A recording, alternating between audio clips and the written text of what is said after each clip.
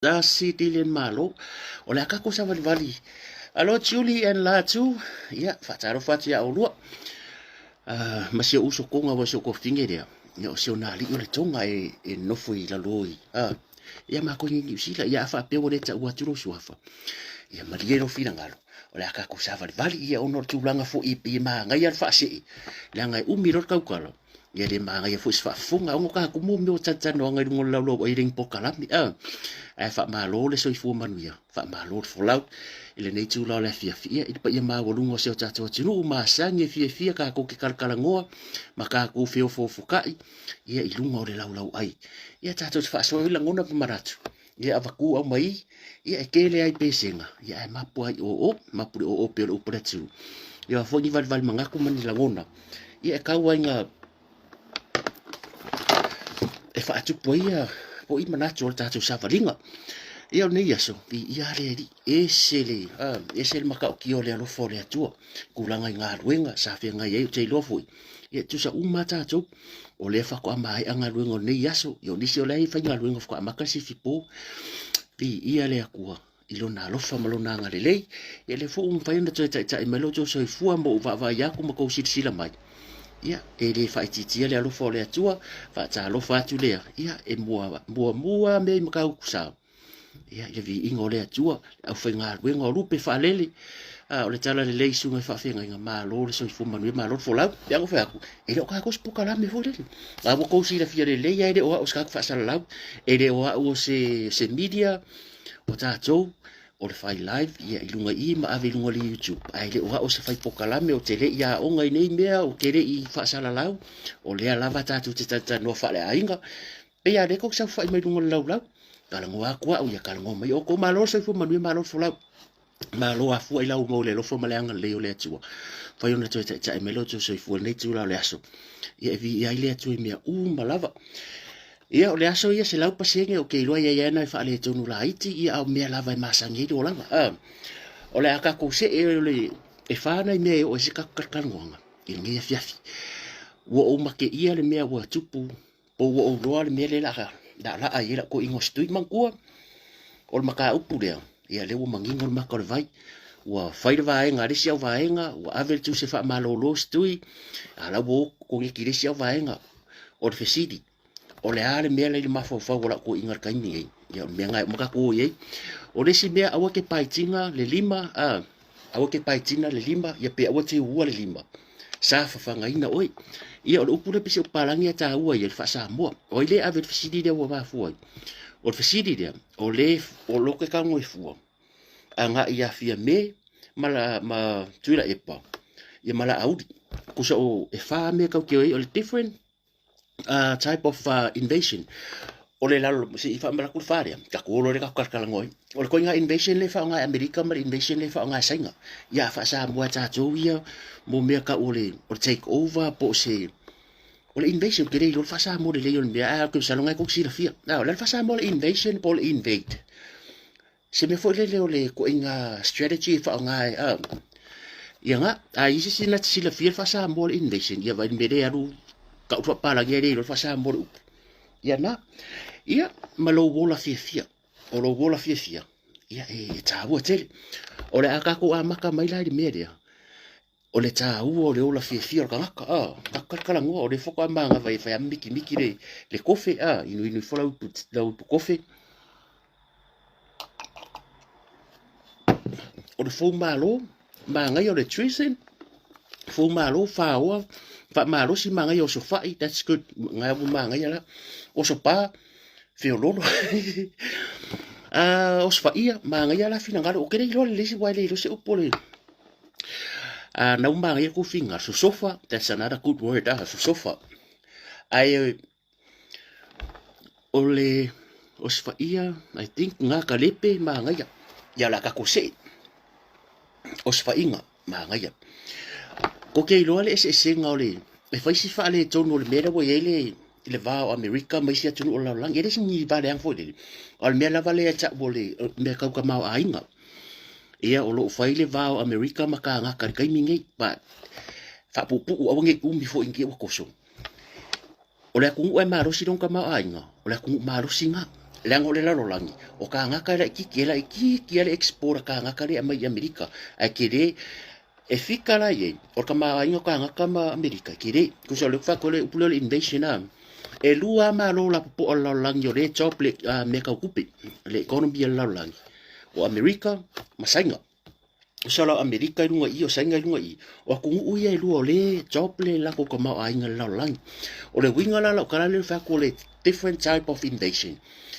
E ese le strategy sainga le faonga. Ese le strategy Amerika le faonga.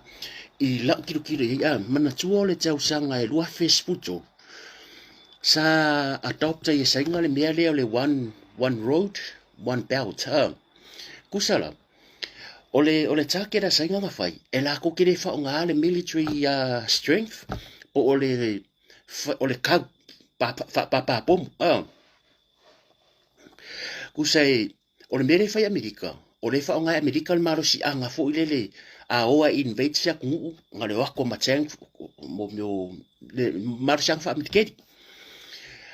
O le mea ngā le taik over i Amerika marke lo mei whaonga Amerika kemi le kako kei roa e mawarunga Amerika pēo e mea kau mea kau. Me whapenga e mawarunga whanonga te mao ainga. A walanga ko mbai alanga le top 2 le laulangi. E isi kai me mai foi wala kurunga i a kung e tu pai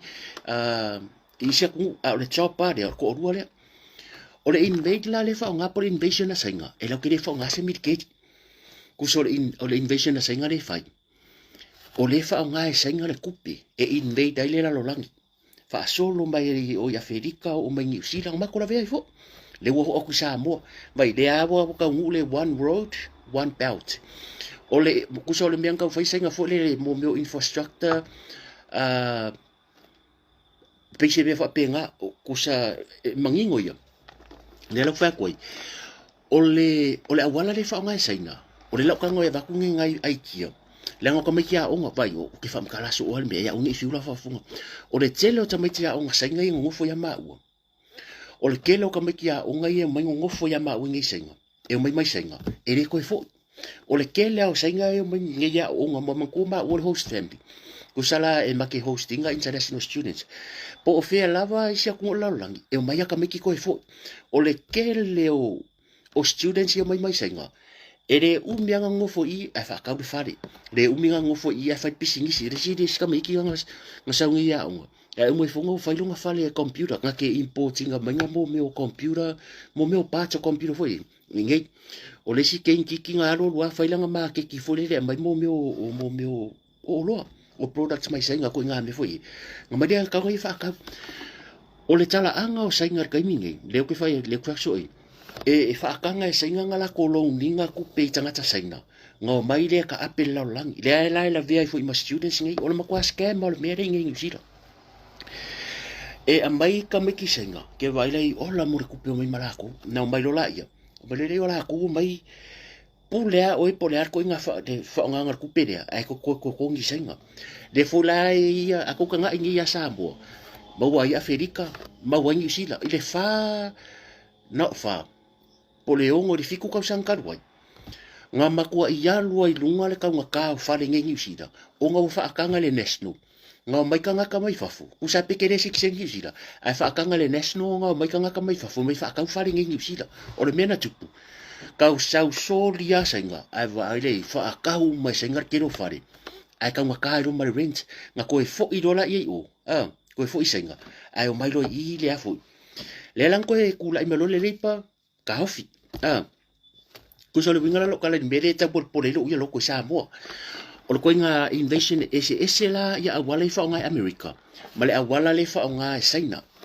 so Chinese they used le kupe e fa nga singa le kupe e invade ale la lolangi ia pe fa nga la ko invasion le e mai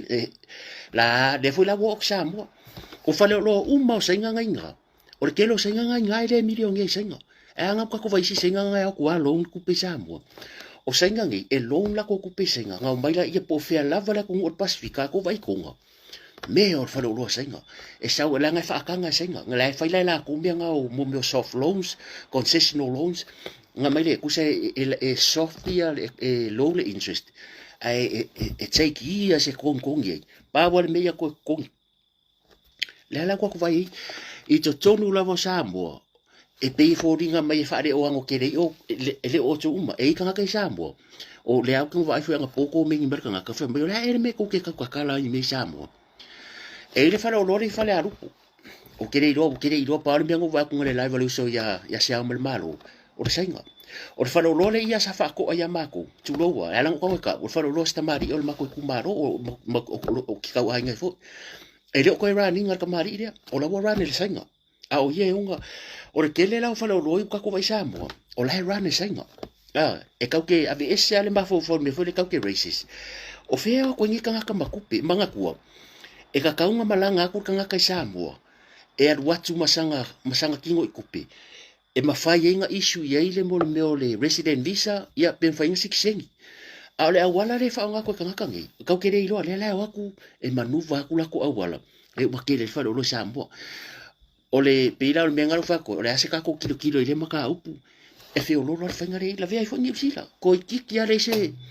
ase vai se sainga i ngi usila e whainga luenga se whainga luenga e se ase vai se sainga whainga luenga ke rol sainga e sa wangiri sainga e sa wai ran lang pisingisi e sa wai sainga whailang ka mai pore asi ka mai porokiko e whai lang pisingisi ia mata ala i tātou o le a angu ngā rengo mga o e kapa mani merea o ngā o le visa leo ke leo ku whai ako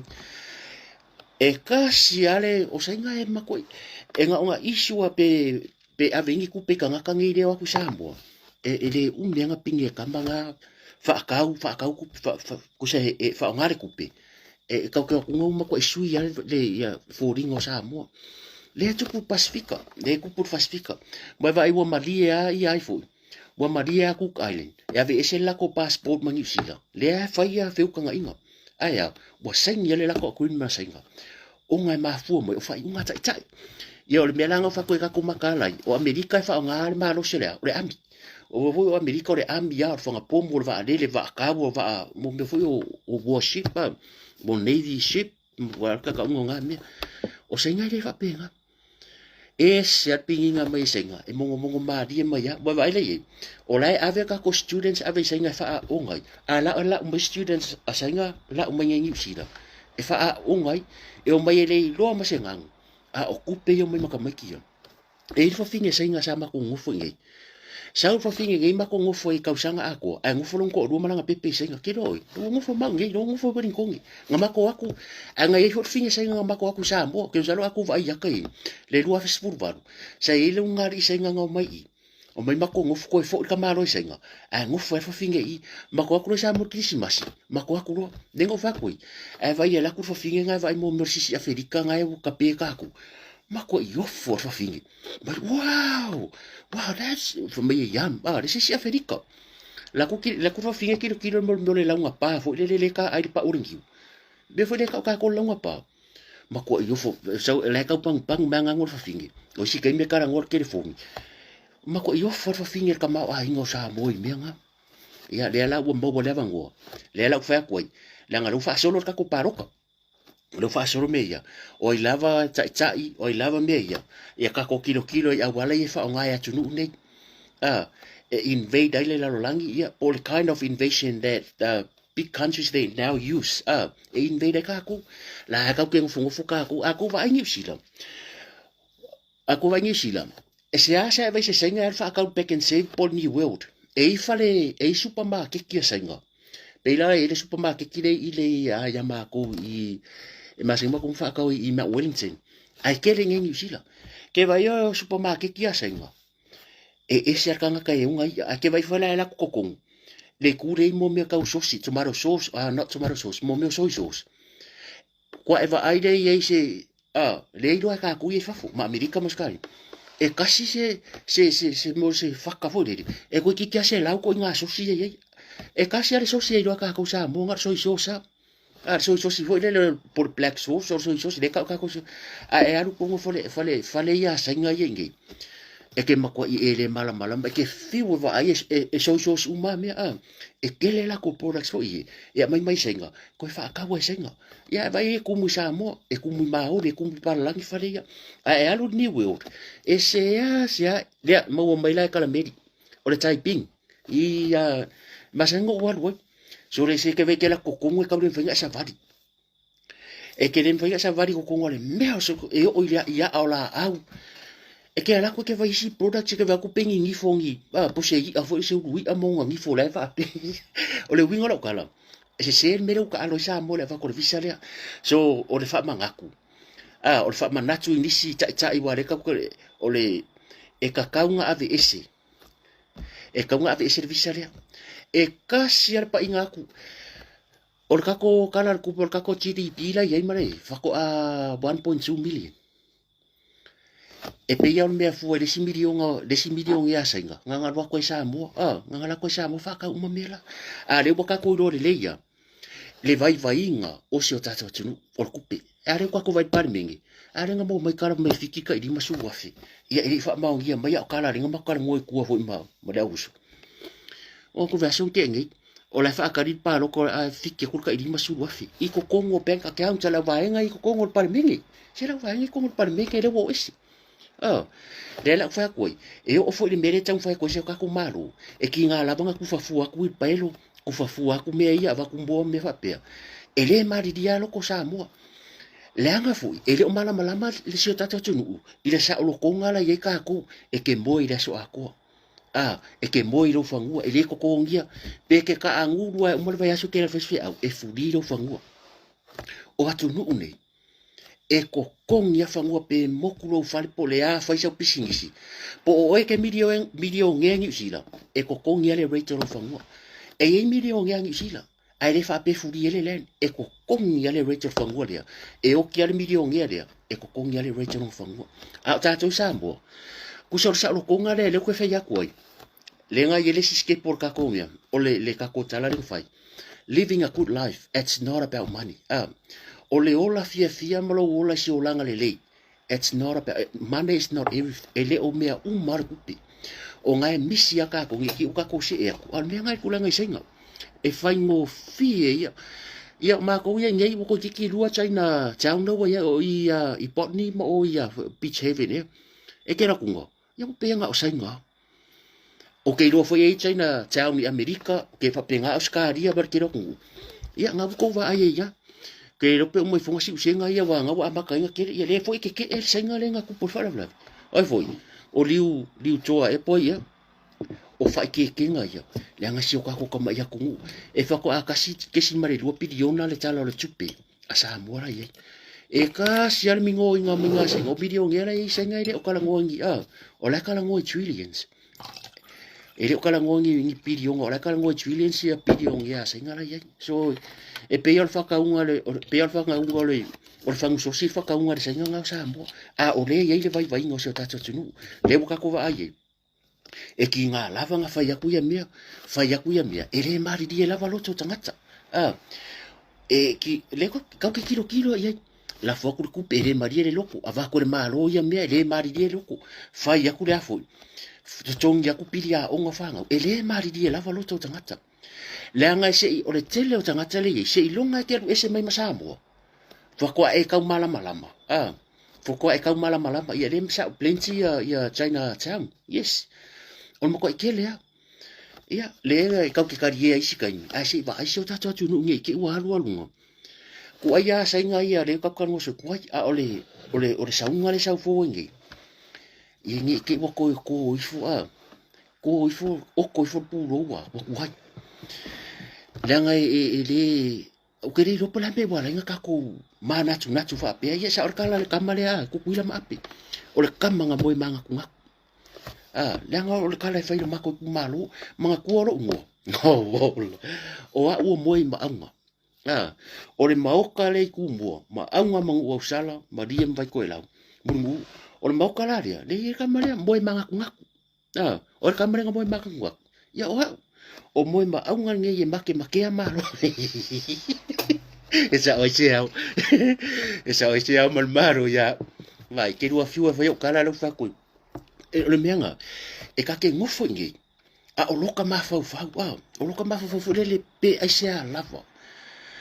lava u fa pe ai o tato rutu la ngor ko ke lo ka kala u le si o tato tunu e pe fia pe e le ke fa so oi e ke fai a koi so le whainga ka ngi sira e whai mai amu ia wa pai kuso le ka ke fai ako e usu ya so uma fa mai amu yo pa ala moi le so ako ala fi ai e moi le so ako fi ai fa ko fa ngangi si le fa ngal runga mai ko afi lo ai amor fa finge mo ka me ke fa mai ma nga ya yo nga ko va so ako o ko ango ako pu ko ka fa vai me kilo ka nga foi ma miki fo la ko fe o le ka ngo fa ai o le ola fia la o le ola fia living a good life or having a good life, it's not about having everything. Like, e fa peo, e ta ua ia meo achievements i o mawar kangaka. O la waonga, o la degree, whatever ia mea wa e mawa mai tu lo sifua o ina, wa lava fungi mea fa mawalo fale ka avale mea uma. But o le ola fia, e le o le ola fia le ufa koe danga, e le mele tupu ya tatou. Ele o iloa lei o kako whaasua. O kere o whaako nguan mamaru le tinu. O le a wakula o. Ia le mboa mai a o kuila maapi. Nga ora kamare nga o ia ringa me mga kungaku. Le mboa mai. Ia o kere o whaatonua. A le kako whaasua o langona nei. Nga whape kupe kia. E kau whinga o nga. Wa o nisi taimi. I think the mea wo kira ia ui leo langa. I think we need to learn, learning how to appreciate what we already have in our hands. Le mea o whako whapero mawhau. O le mea leo le comparison, e ke maua leo langa lea, e ke ngofu compare lo tangata, malo a inga, e mai sa kako whakeka inga.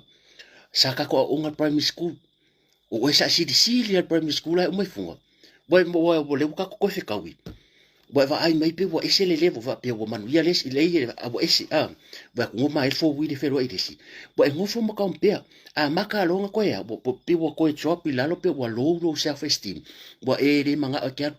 e ke compare lo kanga si e anga sa ko ko spa media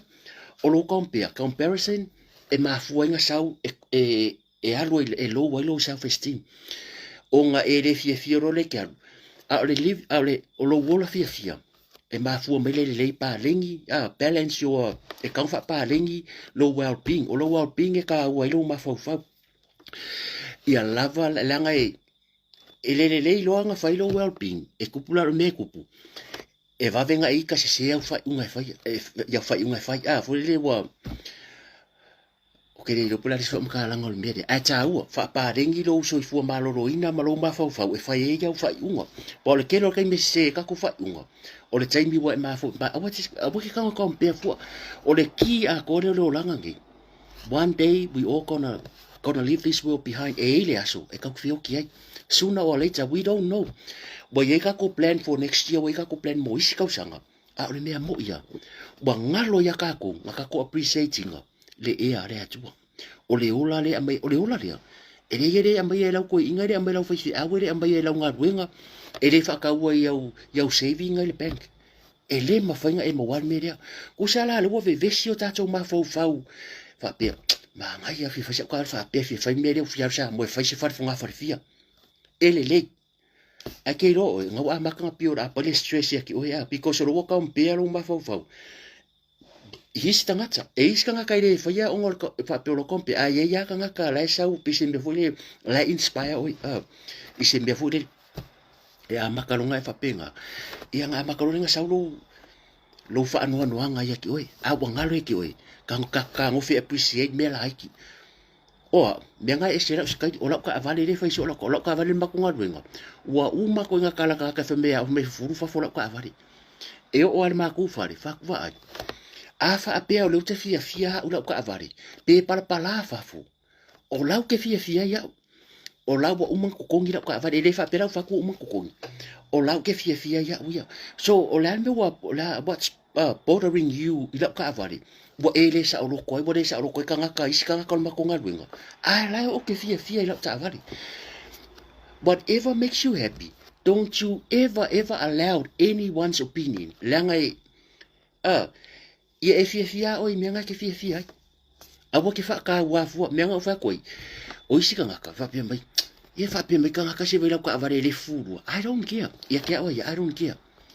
because okay o le mea lava te ola ia uia o te ola lava whatever makes me happy ia o lau ke fia ai ia ka ko learninga la nga i kaimi o la ka atpia lo ka fesu e ka ki fa la o mal paka o lele ola mi ala ya lu ma fo isi mi ai ngalo ye ke oi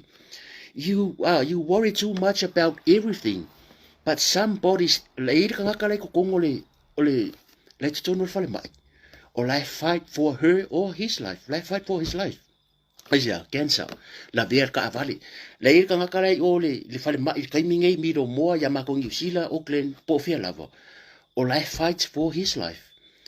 Ale moa lo malo si kere me yo lima moa. Are ke worry simbia, but you have everything. So that's the reason why we fa kula kala. Yeah, we're not learning ai. So how about we start from, we learn to appreciate what we already have in our hands. Whatever small things, appreciate. Langa po le ala kilomia, o le ola. Le te so i fuma e ma le fua ma tai au ma. Sole, e le pura ika. Le sa o le upa sa mo fori, ka ko ki mo moea mangu e le faki. Ai sa umale aki ai, e pura le akua. Pau ngā le mea o whapea. So le osi kai meri, langa le mele lenga ale le lo well-being. Ma le pui le whengoro mafo. O la ke ika riska ngaka, kako vai e ia tātou. Oisi a inga, o whakarkari se yoki koe wheiroa, e eo oi kokongo a inga uso. O uso kua whawhinga o ankos, o aunties, o kausonga, o suli. Suli kokongo a inga. Koe kiki fia kausanga ele koe kaukana resi. Mafua mai ele o prepare le well-being o lo mafua whau, malo markapenganga. Mo whakarkari se ironga yoki. Ai lo loku, ele ai manisa tangata nei, ele lo loku. E lo loku ki nganga o aku le loku la fa markus pa ia a ku ure mangurunga faka al fa le mo lo uso nga nga dem fa fa me ke lo fa ia ku ki lo va ye malo uso nga ki lo so alo ke va ye it happen but I'm e currency ma se la pa singa kwala nga fo ke los kanga kanga ku posin fa penga o le fo ye tangata e ye fo yo a nga fa pe e lo loku e fai kofi a o makuamba makua mangungu watu o vai, wa makua isa kia le varia, ai lo roku, e mafu me isia, faa maangalo, alofa faa maangalo, ia lea kau ke kukupo le kau karkalango, faa maangalo, o lau faa kari, o mera wei, lau faa kari se i oreo, se i ronga e oki faa pe ia, ngō sawa, o la koe faa kari se i oreo, se i oki, faa pe oro uso rei kei kai olo, anko rei kei kai olo sa orko ainga, o la faa kari ia, pe ofure koe ngaika, la faa kari se i oki e faa maangalo, e fa fela pe mo e oki e ke la ko ke re sa o le fa wa nga ya e ke le o ko fa mangalo forgiveness is one of the powerful tools ko kong ye pole i ko kong la fionga le atua because it will set you free if you forgive somebody else or somebody like kang fa mangalo you set yourself free e ke le o fa mangalo ka ngakala o se si vaenga ai fa mangalo ka nga ngo ngo fo ma fa sa ro oi Langar kelo kanga kaya kanga ka ya swala. Ai o matinga fe kaya. O ngai va henga la va fo se fuanga ngau moi. So le o mal kimingi o la fe kaya kia. A bo le vango fa mangalo. Le lo kala. O ke fu ku ngalo. Ya. La polonga ya lo ke fia. Langa ngo le ninga menga. E wa fo ye le fa pe fa ku o wi skem ke ka fa pe. Aya lai ai forfale engala kanga ai po afa peo se kingi ya yo wo si fola kingi ma se are aki ngai loko o loka anko ngai polo ngai oi so to be able to set yourself free you need to forgive that person whoever po ai lava peke a ingo se kenyo se kama relationship your past so sko ngambia po se fai fe au foi forgive e set ai oi e ke free it will set you free yeah fakoi so let us fakoi having a good life or living a good life is not about having a lot of money it's not about having a big house or having like the wealth wealth is good but it o mea umaya ole aveo ole mo peacefulness of the Lord in your heart e ke la ku fa ku fia e ke so se me ke faia e ke fia e ke la ngonga ro fia e la ngai ka ka kere kupi ai le marie lo ngalo e ka ka kere kupi le marie le fia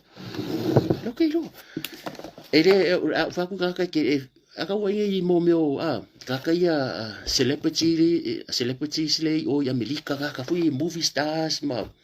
kaka ye ma ko ila wiloa po J Lo ma Michael Jackson ma vainga ye they have a lot of money ko kela ku pele bank ko va ngai kala ango kaka ngai e ye me le mar di la ko wa relationship o va ma kai ko ru e ko no me shale me le o me before you Michael he died he got so many le kupinga millions in the bank ele ma dia ile ngoloko ele ma fai mi dionga ya Michael Jackson lo nephew le ma di yo America nga kele mi fai nga fa ma dia ile ngoloko so ku mai lo ya ka ko whatever God give whatever you already have been given nga yo au tadia marfiefia ka ko appreciate inga fa mangalo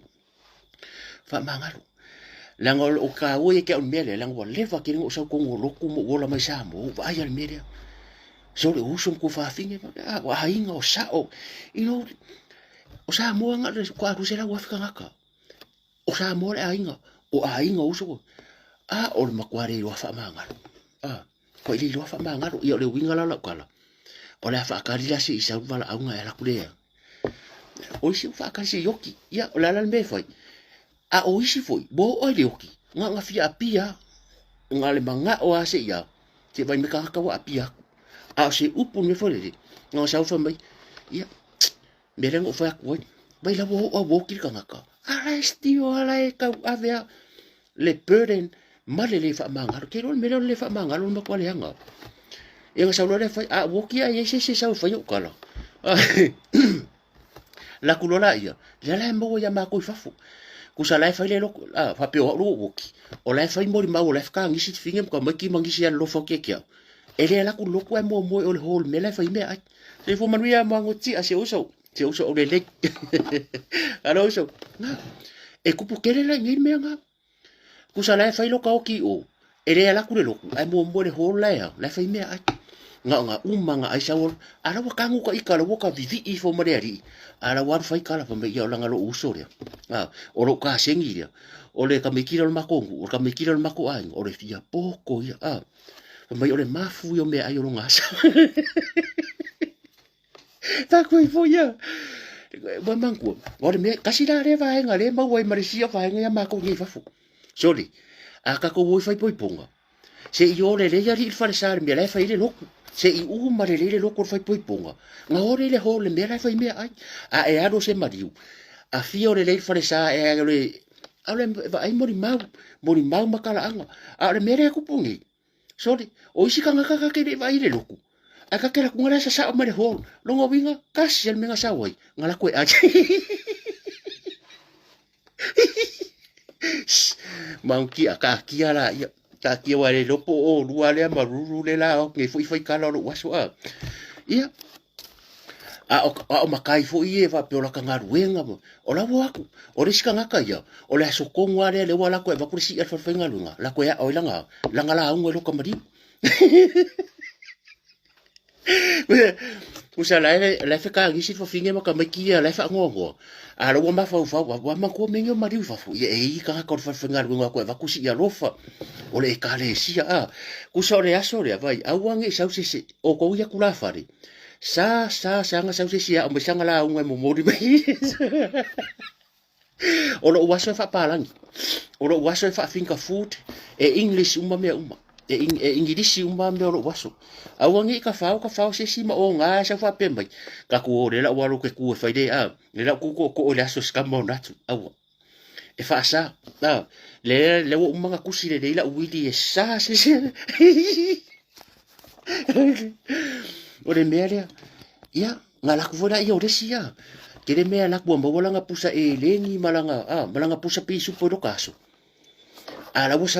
fo I mai sa fa mai sa va ko kala vo war ko o ska usala le ai ma se la ku fa pe ro fa finge mo ka maki usala wo ka oki ka ya la wo wa fie pe pese ma la wa nge ma se la le au po a kamare ya nga vo ia la wo aku o lo fa pe wa ke ia so ka ko ru ma ko la ko ki la ki se va ka nga ala wo ke fa pe la wo su el Facebook or fa finge ma ke fu me ka lo fa o me o manga mi so angi you need someone to come for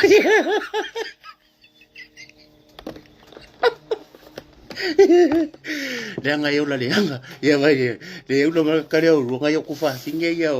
si ko finge le o le anga o kasi le fa ya o nga o ke fa ko ma ko ai e sa nga la ku se si ma se e fa e no ye ko nga do waso fa ku pe ma ku o ke manga o yo walu ku ma ku pe ye ko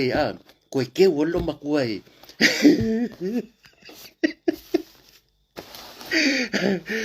pa ku foi o lo inga ma ko skai nga ka malolo bo isia wari inga go le ko ma ku ai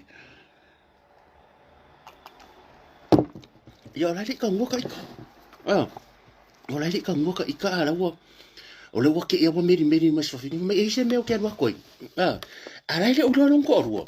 e le o lo ko ro o ro meri ma ko ro woki se o le story o ku so o woki o lo woki o le ala ala wo meri e le o lo ko ro o la wo fa me ka ko le o ke skamba ma le ro o meri mai fa fingi e ki nga vai mo le kangi fa fingi o le ro ia ka sia fo ta mo kangi wo mengi e ka ke le ro o la fa pe a wi la wo ke le ro fa fingi ale ro po lo fa pe ya fa fika ya wa kari me ka fa fika ya wa kari me ka sanga wa wa le ai se maf ka nga sa wa Facebook fa like Facebook fa wo ka le ro po ni fa fingi ko mingi ko va ya ku nga o ke nge Facebook ko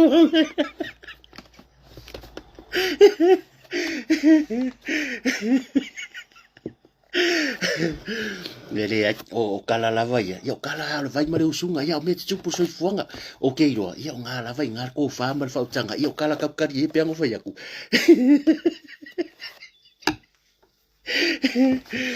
kene mere la ku o vai mori maworo waso ai mo o le hole la ko ai la fula ai de ku ai ku lo voia ai aru fai kala fa mai jolo le mafu yo me ai na war fai kala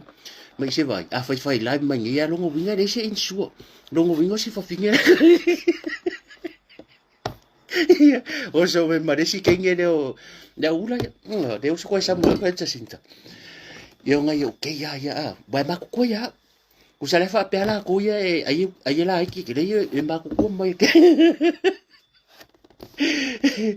awore ai me ai o waso nga fa pe mai da ia de e mafu ya la me nga ai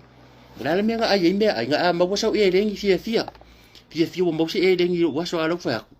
e finka fu kamba foi nga lo la kwai ke ai ya fo de ai fa akupe e mane la fu e mane tsa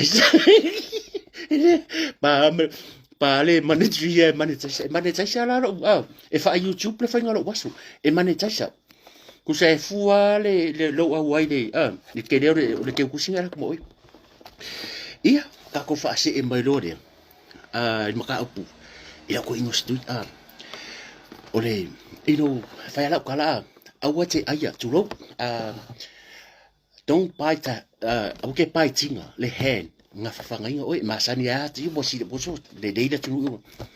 wala nga fa fa pe awake kango e u le limba sa fa fa ngai na oi to te lo me mari e ke ngo fa longo po kala me le ya tau sa ve ngela ma ko ri ka fa fo me sa mo le la fa ya kula kala le e ma la kala ya ke mai a fa pe fo ele yo e lu fina ngalo ya o ke pole ele ai lava se ka ngaka e piko siri ngalo fo ya tula ipa e pe yo la auti mo ya la kala le ele ai se ka ngaka pe ka kia ia fa por kiki ma me ia ai mai la vale amakanga kai mo re cha pipi se yo o mai kai mingi ele ai se ka ngaka e piko siri ngalo fo ya tula ipa ngai lo la auti ka ngaka uma le to telo tamari isa ko le cha pipi nga lu fa ka se kai mo le cha pipi ai outstanding le tau tua le la au le mali e tua i kai mo ko le cha pipi e pui ko inga e ma me ai pe o me usa fo le wo mai fast fight ele ai lava se ka ngaka e piko siri nga lo fo ya fia me pe yo la auti e po a lava ngai me fai e fo le kai me e fe so po ai ku langa lava o fe la fo inga tono palmeni ai o ko kero ka ngaka e fe ka ngofi fai kala fa mbola uri fa mo runga ke no la kala sa o ele anga lava ka ngaka e se loko mo wala o la uri he's got the gift he's got the e iranga me arofa a ka ngaka ma ko ya lofa Wa fai ngai la ukala ria. O lewa fe me a ila ya fia me matura epa. Aisea. Fai va nga olu a lengo fu fia me. Le wa fai va nga just fu faria a lengo fu kula epa. A ko sila pe la va ka inga la fia nga ya fia me. Ke lo al fai nga le a lengo fe la ukala ria. Ka mi sanga me mengi. Sanga lu fast. Ai ese fai nga ila audio o sion ko fingeria. E ui la vangi me. Leo ke fai aku fai so or kala lea. Pe ki munga le road show ma mengi fafu. O whanga, kenge leo o Dora. O Dora. Wa o fumba ongo umar whanga lea la au di ma. Kenge lea. Ke vai mea kau mafa mas kenge leo Carol. Carol lea, Caroline si. Marisi. O vaenga ye, e kukule ko inga vai o mea kau mafa mas kama o tongi sala. Yo bara ufo yo pari. Mai mi kau mafkanga le aloma kua, ya fia me. E ke vai, e lei loa ku, mea ye kau ke lei loa ku ruma. E fai le rei kau mafkanga aloma kua, po angi whaaloa runga. La e kau ke makamaka kore ke mai, la e whaaki mui fafu. Ave le lei, o pala maa lo, o mea umalava aloma kua. Ka miki raya, ku loa ka suafa lango suafa. O le whainga le, o le si inga le la audi, ia ma le fast, e re kure whakunga la audi, o le whakure fast. Le vaa le whakoi, le alofa ke lo la au le ka fa no le fongo le ma ka ka sanga fia me e ui lava le wa alu kai me ko miki ma me nga fa ye ala fa ma ngalo la nga ku malu fa lo le tsi e kai me e kai me e luka ko ko fila fo fo ingal par mingi ma lo ka ko va ye wa ma ka te e o fo le kai minga ye ka ko he cha pipi wa nga ka ko he cha pipi uma e ese lava nga le nga lu la au fa lo le ati le pa o le mela le fela kala lea la ukuwa ai le upulea awa tea awa ke winga le lima safanga ina oi kua inga kinga wale faku de me foi linga vesi ko pal binga foi ngore pa foi ngore pa me ko inga la au no kupi ma ka fai le stui aka ya ko inga yo maku foi now o le upole ku o le la au lava nga fa wena manu yeah, okay, I wish nothing bad for ngai kamaria. I look for koi. O lewo o tilo. Ile mea kongo ale wakupu. O le mingoi ale fast lei. La okay, nei koi pui pea. Bo matini. Oso pa roka kau vai so dia. Mo koi ready ya. Bo ready. O la mele tupu. Lele wa mau estui. Ya, bo sa kia le sa foi o le cha pipi. Pe fa o ka kal ngole anga pe fingita la upfui. O le mo kala. O le kusi le wa fai. E le to se full faria. Al hecha pipi. E ave ya tula e pa fa se tuangaru. Ko ke lore wingor kusi dia. O ngo ka ko fi read le por kiki ya. Pe ngo fa ka ngo por kiki. O ko ke upule anga foi le cha pipi. Ka ko kala ngoa upu sa. E le fa ma vai tula e pa. E le fa ma vai kula e pa. E pe inga o se kusi ave fo ile pe inform mar ko inga e ka vai dea bo uma fai le la ko agreement ma la ko kan nganga ma oro o lai per ka ngia fia me le fionga ya fia me por la fionga fo par mia wa le ai par mia por la lava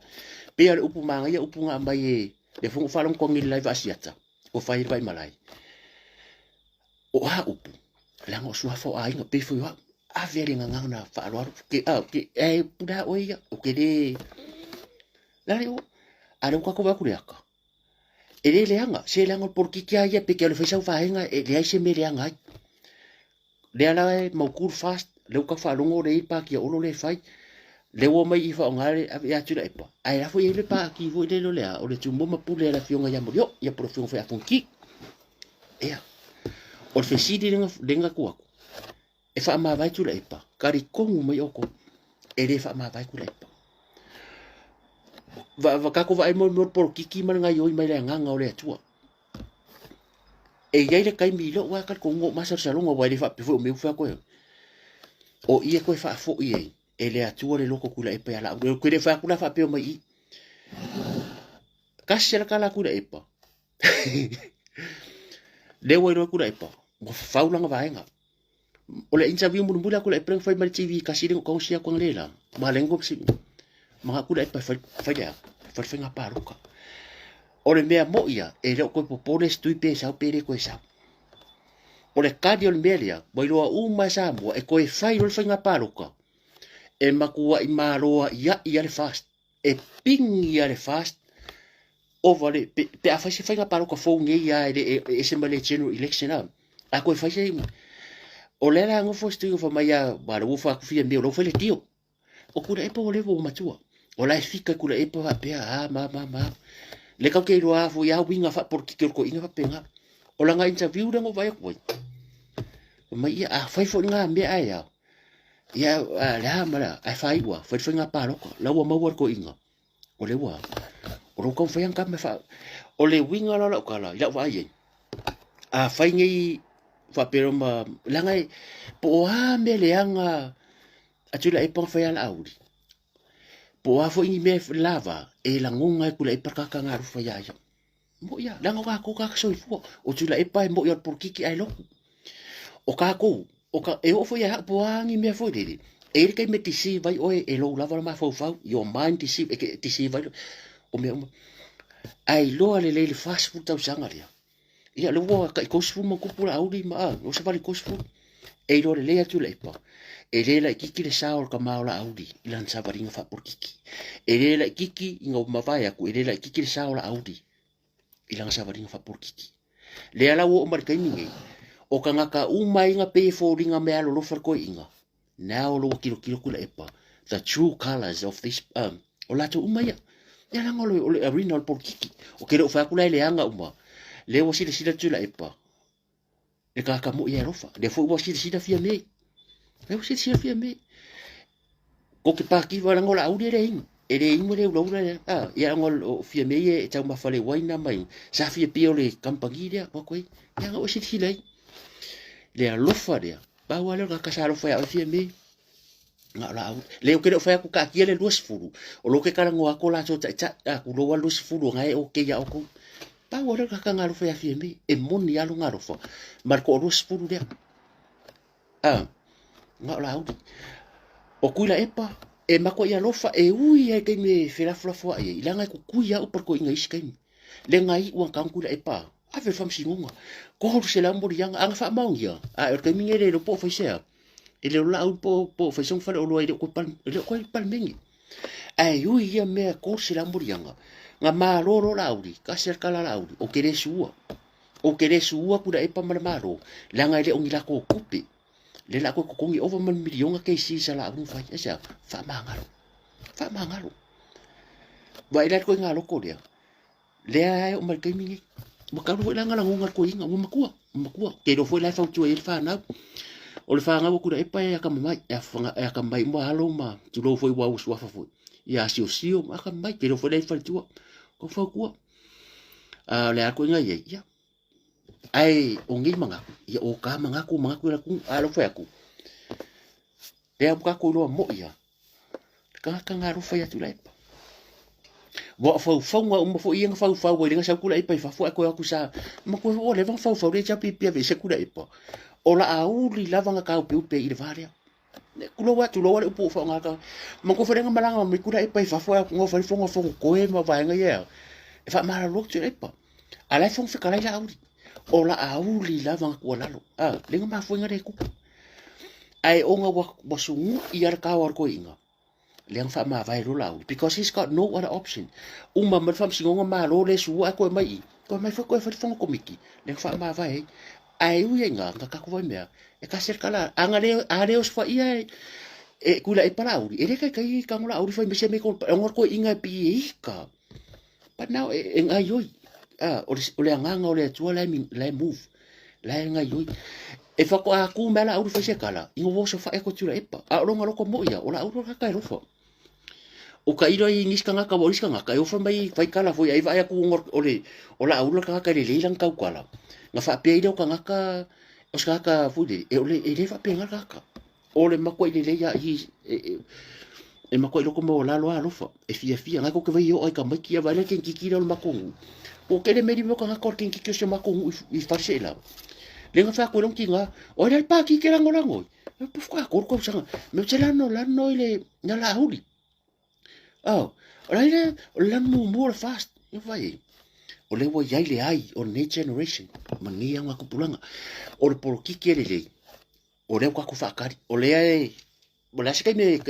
ka di ko fanga malanga le fiunga ya fia me ia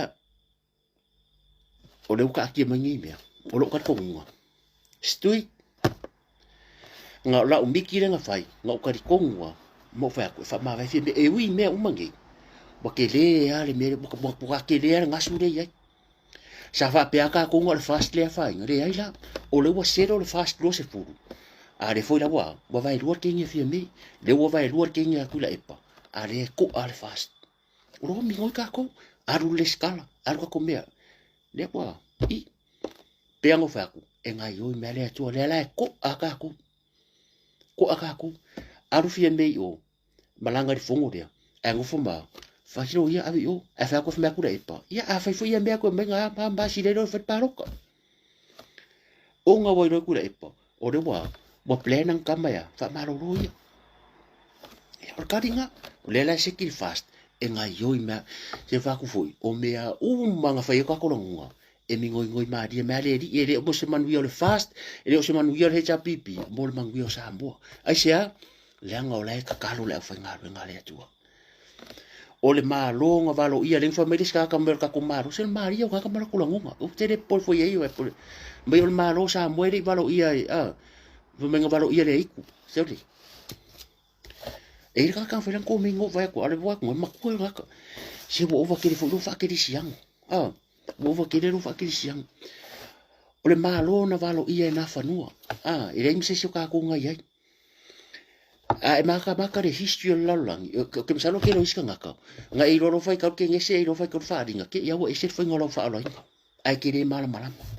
e ke le mala malama aka ko kala ngoma aka ko kala ngoma ke se ka fa dingo fa nga ngai aku o menga ave mo me o mo nga nga le nga ave po me fa me ka se ka fa ya ke no si o aso la sa isi e fa mai ka ko kanga lo alangi o kanga lo alangi ola e se lo fa nga ka le o kalangi e sa o tala tu o la tunu e fa mai le ke au bo e fa ola inga wa bo e ka dia yesu ngi e fa fela lo ko mamalo ki nga lo ko popi pe o grandparents nga mari di wore o kala le isa mo fela e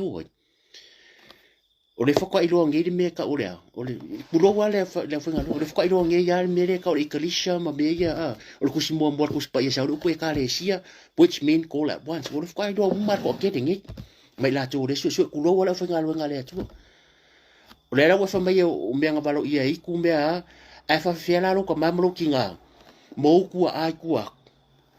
le nga mari di were ya ele yo okul kala le samo en fa pe mai ya o la o se uri ele kai au ele au le tu lo filangaro vai o ia me nga ke do it's for yourself o ke judging o ke fa ngale fiunga le ko ka ngo judge tangaka o le upo le atua it's for you it's for me ala unga mai fe au e ka dia o le upo langa i ko nga ka fa longo e la unga mai fe au mai e lo to mo walaro aro ki mai sa le ya ka ngolo ko mo walaro le dilo mangaku boka ngo fika nga ka fa ngale la unga fe au la unga mai fa mai ia multas wa san mu lu lo ngia ka nga ka si multas tu lo ngana aro ki mai ka wi le la unga fe au de ide ka wi le la unga fe au kusa e kere o fa ngale upo le atua ya ki oi o lo ngo fa ngale upo le ko ke charging ai ska that's not your job ele o sau nga ruenga nga a la ngo mai au na le atua ia e fa mo walalo o la lo ka le fa yes e ka mo fa mo walalo e wala ngo mai le fa au de sunga fa fe nga ia e no to mo walalo e fa mai ka ro sia ia i lo le di do manga ku le fa mo walalo e fa penga e ka iro ia langa ese fa le au nga fi pe mai ese fo me alo fa tanga ta ka ke le ja chinga fo al me le fa ko fo mai o malo sa mo ko me nga balo ia wa de ka ke lo balo ia nga fa ngo ya arula o le swam singo nga le fa i kala nga i mo fa singo nga ba e popore ke le kala nga ba popore ke le nga fio ke ka ko ma ko le yo ko ngai me ongi Kwa o ngeia kwa le kala le sa mo kasi ba ko se fu, kasi var ko se fu. Ya aku. Nga fiola mai ale la langi ya. Le fo inga i o arku spa ia mai ngi me uma. I o ai la so fa masino kala ku. Ai pura o ile so fa. Ai fa toi fo. Ya ku langa ngai le ile mere o tupu nei. E ia lo tantonunga. E ngai o ile atu le vale. Ya. Mama kwa ari mai ya. Fia me tula epa. Vai luol vai nga tula epa, vai luol vai nga fia me. Are ko are fast. Sa pe e luol vai so karu sa ka ku fa pe woi wo makore fia. E ui la vala sa ka mo fai fia me. Ba le fai o va so ngelo pe ko fa. Ave se fon fta lai. Ya. Ka ki fam singonga. Ole nga yo mai le tu. Ele ai mas fa singo ele lo. Ora ko fai unha foi fai. Ya, pe ya fai un foi. A sao. E ke fa manguere ko asese. Ya, e foi se wala fa nga le tu. Langa o le ka ke ola fa vai sa mo ya. E lo fa vai le chapi pi, lo fa vai le fast. O sa mo. Malona fa vai, e fa vai ile atua sa mo. Ai sa mo ka, ai sa me nga fil e ko ar ngai me fa vai le atua sa mo. Na. Fa vai ile atua sa mo. E la ku le si popo o le fai mai ya. E le fil le atua sa mo na fil sa mo. Mo ka ka le mama o ka ku ka fil. E kere fa nga mala langa ku se ele mbia nga sa o fa mai nga o ro oi. Nga o fil oi. Ile manava o tina kere fa nga mai. Fai da nga fa mai le fil oi le ku ka ro wang sala langa mbia nga pong sa ro vai fa nga. Langa nga kai vai. E nga ke vai ku nga ke ro ku me ai pong sa ro vai fa nga. Kere mama lamba pe o poko ngi ko ke mo le. E fa ku Yesu. Pa ku Yesu. Va peangi ko kemor ko anga ya le loko ilo ai bo sa maro le ko fa Yesu no. Ele ko fa nga le vai mare nga. E kere sa maro la fi nga ko ngi ko kem. Yesu ko lo ka maro ya Yesu. Yesu se bo le va ngo loko. Fa fe ngo ko yo fitulo. Fa fe ngo ko yo fi manga bo ki nga bo makua. Ma Yesu no. Ele ko fa nga le vai mare nga. Kere ilo ako. Pe umar mere ile le fai fusi wale le nga pese mai fo mere fifiri ele aku lang fa penga la nga ki fa le kingo e kere mala mai mere nga mai le mala le tino mere nga ai mala le nga mere tino be nga fa mere fifiri o lang fifiri oi o ai lang fifiri oi ba o fo mere fifiri so se aku ngu ala langi fa mai o le langi male la langi o mea tumbuai e ai o vai o fo nga ya le aku le la kwa ka ole maudia le la mai ka mo patetio ya fokia kero o ka ko o fa le fuefu ke ile ku nga sa ku sia bo ngalo ya le mau nga sa ku sia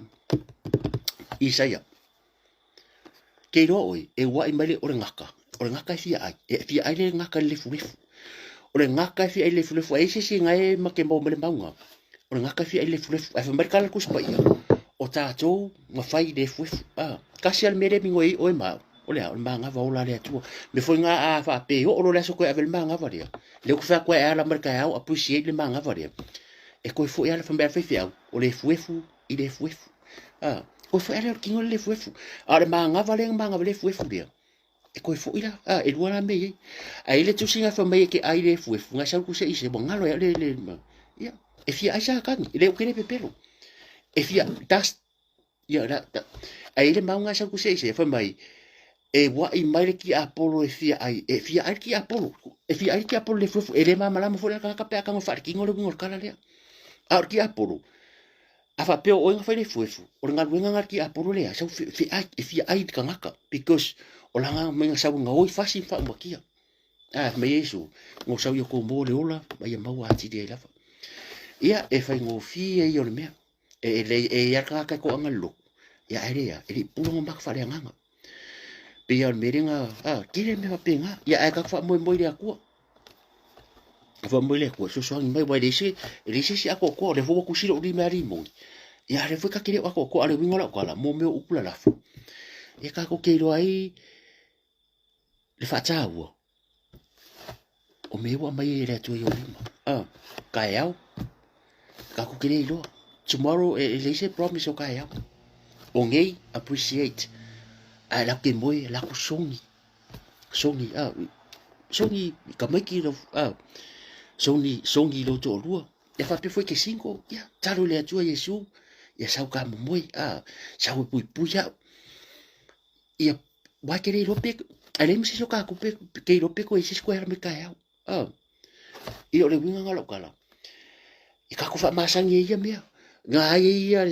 ki nga mo lu su kala lo penka ke ang ke me ai ya i pare mai fia o le atua ka ku kalia having a good life, living a good life is not about having a big house, having like many cars, expensive cars. It's all about ole managing all well-being, malo mafau and the forgiveness, love and forgive. Love and forgive. Ya, or kalinga. Ole ne fiafi. Ya masingi, masiko wakari i le kau kalingo fa la lo wa ya te lo. Ya ko uma ka ko e vanga ni po. E le reia fai maka ka o fa msidonga o kanga ka o ngam ka le o ngam ka mulilu o fa msinga e fai le tua nga wa ia ku le fai poi ponga stu fine la to fanga mete ma I was so disappointed e ile si me nga ka fai kala o e le o ke le sa kala o ka kala ngoi para i lo ma fa le people are so ko le pala para mo kire man, o le hale fa fitaudi. Fa nga mai ni background busy for it. Man, se kilo fa o lo ko fa. Le hale mera po le fu i le tangata o le hale se mele anga a le ko fa finga fa. E sa o ka ke lo o mai le fa fi au te muri lua. It's for you. It's not for you to judge other people because o lo va ai. Va ko fo nga uia fa. Ya Manuel po pulea o fai ngoro life fa ko fu fa fai ngo fielo langa fa fai ngo fielo langa o we reiso fa fika o ne tanga to la le mera fai fu ka mari o alo le tu you know that's not your job ya le asu e ka ke ku kai ko ka se mo fo fa masingo nga le o ka o me nga fai le la lang ba le no pe ke kilo foi o ale lo po ele si makai ku lo wa langa o po sa tu spa ya e lo po ele si makai ku piko silingu me la kasi de ya e ke alu farisa ke la ko kilo e ko fo fingo la uro mal me fa koi e ko fo fingo la uro ku fo le e ko e mare singa me ta to o tina yo e farisa se fai le la wa ke la kwa maso o fufusia fo le piko ku ia nga la kule ya mari singi are ki kilo ka maroro yo ka wo ko ma ko pa ia se lo ngala pa ia la vai fai le lo la e ke aru ko kong no ofu tala lo tina ya manga ya mama maru la nga isi me nga wo vai so ri ya ko mbo ofu isa si de ya penga e le o ke ne fa ko e pule oi ala nga mo me fa pe yo ya sa nga vivi masanga vivi pe ava ia ku nga ko ki kia filosofi mai fa fori ia le vai e tu lo ni sala ngana sa ola kala o si fa fingi fa ia mo me o foi manga fa fusi ia dia me yo ku lo mo yo ke le po apps ko i ima ngeia se mo ke le vi o ko ofu ele nga fa sa ma me fa itele ka fa la ki le vi ya ore si ya ka wa ku ya mo sa wa le vi o le ofu ko ki ya ele ya o ke le fa ko foi ya o ke ofu o ka sa ka fa pinga ke fo ma wa o ki le nga ku do o ke fa fa ku ya ka kia nga me fa le yo la i pe alu nga baka mafika kan ngore de mako e fa ko fo si wo mo me ki nga va ya ku mako ku a sunga fa ya nga o fa pe nga mi nga a ke ri do po ya ko fa ya ri fa ka fa ka o fa sha nga re pa u yo ki a ko ngo mga ko inga o ko ku mga ya fa ko fo e nga o se manga ai le ya ma sa fi a la nga e a fa inga yo longa a fa pe ba fa inga yo longa e ka nga va ko sa fo ku nga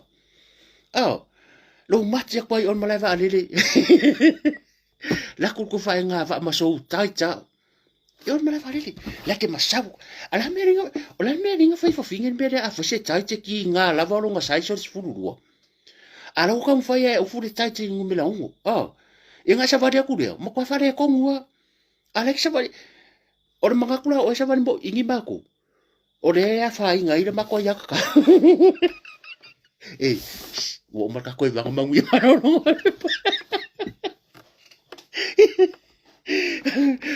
Manguia, ele ai am sa fi au pule au ko ia. Anga se ku ala lo langa le fa inga ia mako ya ka. Fa ale universal freedom of mereka ko skala mereka ko dulu. Ka ko skala ia ka ku nga yo ka fi ka fesi ya. Yo foi menga nga ingo ko la ufongo. So de mo ola mo fesi e ka kere au ka. Ia ka fa ko fu so de ia. O marka ko vanga manguia maronga po. Ia fa ka kere ma fu ka mai ia fa malu lo so i pa fa pe we se u pole tau ta mari ila fa fu.